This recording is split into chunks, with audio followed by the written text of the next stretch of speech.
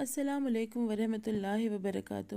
سیرت غوث الاعظم میں پارٹ 7 پر ہم پہنچ چکے ہیں، اور پارٹ 7 میں میں آپ کو ان کے کشف و کرامات کے بارے میں بتاؤں گی۔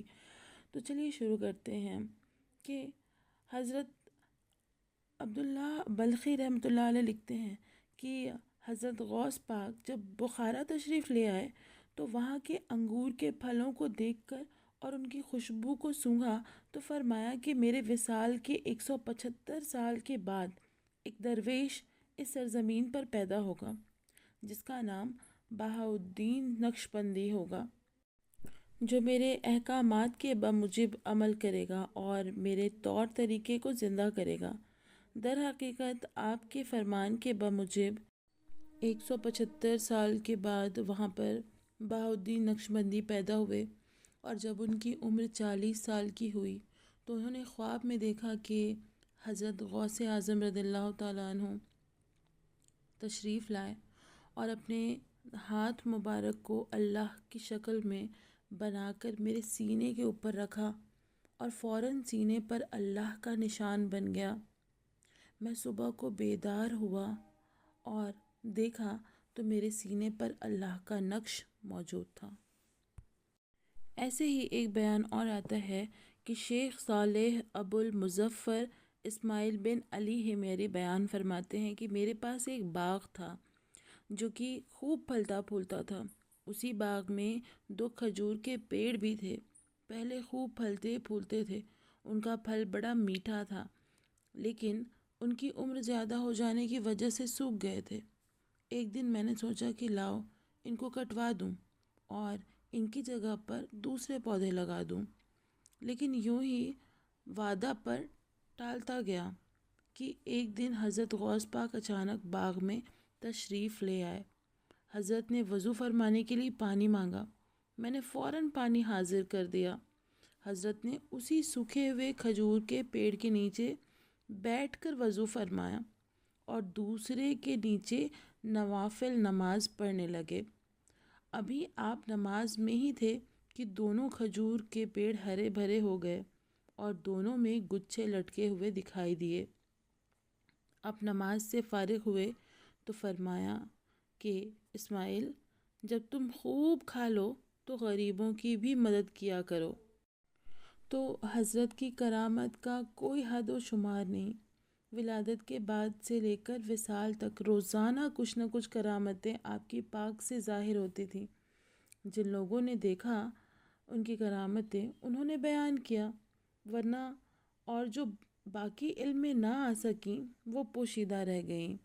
اور جو بیان ہیں ان میں سے ہیں کہ حضرت شیخ ابو الخیر بن محفوظ بن غنیمہ فرماتے ہیں کہ میں اولیاء کی ایک جماعت کے ساتھ شیخ محی الدین رضی اللہ تعالیٰ عنہ کے پاس ان کے مدرسے میں موجود تھا کہ حضرت نے فرمایا، تم لوگ اپنی اپنی مرادیں مانگو، میں پوری کروں گا۔ شیخ بن سعید رحمۃ اللہ علیہ نے کہا، حضور میں ترک اختیار چاہتا ہوں۔ شیخ بن قائد نے کہا، حضور میں ریاضت کرنے کی طاقت مانگتا ہوں۔ شیخ عمر بزاز نے کہا کہ حضور میں چاہتا ہوں کہ میرے دل میں خدا کا ڈر پیدا ہو جائے۔ شیخ عمر غزال نے علم کی خواہش کی۔ شیخ خلیل سرسری نے کہا کہ میں چاہتا ہوں بہت بڑا ولی بن کر دنیا سے جاؤں۔ اس طرح سے اور لوگوں نے بھی اپنی اپنی پسند کی خواہش کو دہرایا۔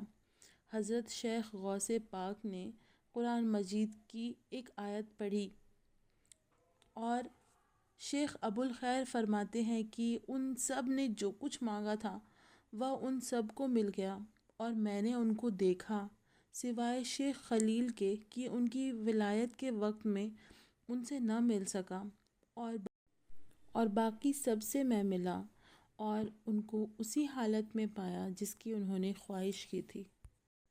تو حضرت شیخ عفیف الدین بغدادی رحمۃ اللہ علیہ بیان فرماتے ہیں کہ میں ایک روز حضرت غوث پاک کی خدمت میں حاضر ہوا۔ میں نے اپنے دل میں ہی خیال کیا کہ اگر شیخ آج کوئی کرامت دکھاتے تو اچھا ہوتا۔